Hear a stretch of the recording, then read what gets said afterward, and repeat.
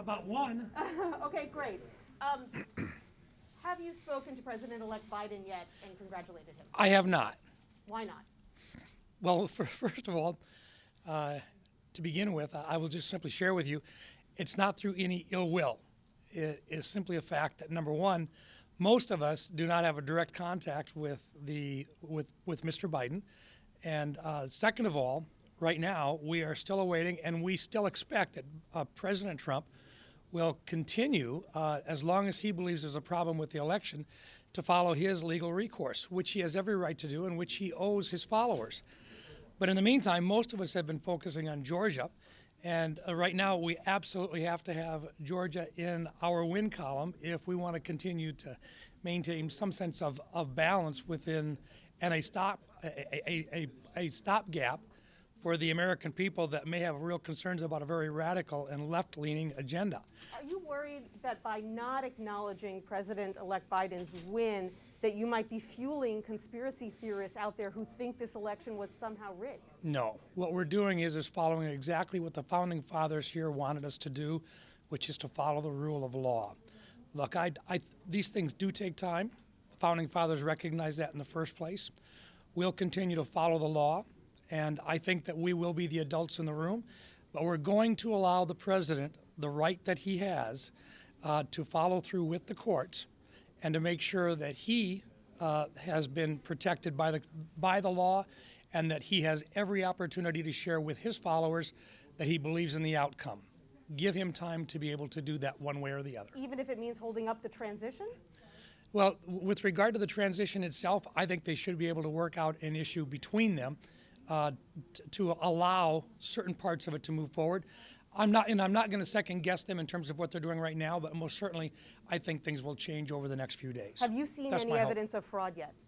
Me? I have not. I have not been following that, but I will tell you that most certainly there have been accusations. The president has the opportunity to share evidence of that, and we'll wait for his outcome. But look, this is a case of where if he wants to make the accusation, he should then present and show us the evidence. He has time to do that. The courts will follow that through. The courts will make the decision. We'll move forward, just as the Founding Fathers expected it to be done in the first place. But if the accusation is baseless, do you as an elected official have a responsibility to say so?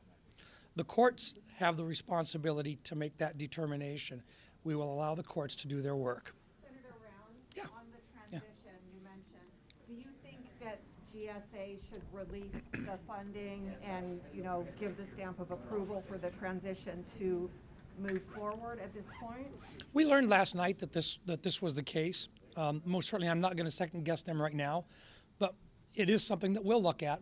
And it's not a call that any one of us as an individual makes. But most certainly, I think there's a transition plan that's been followed in the past.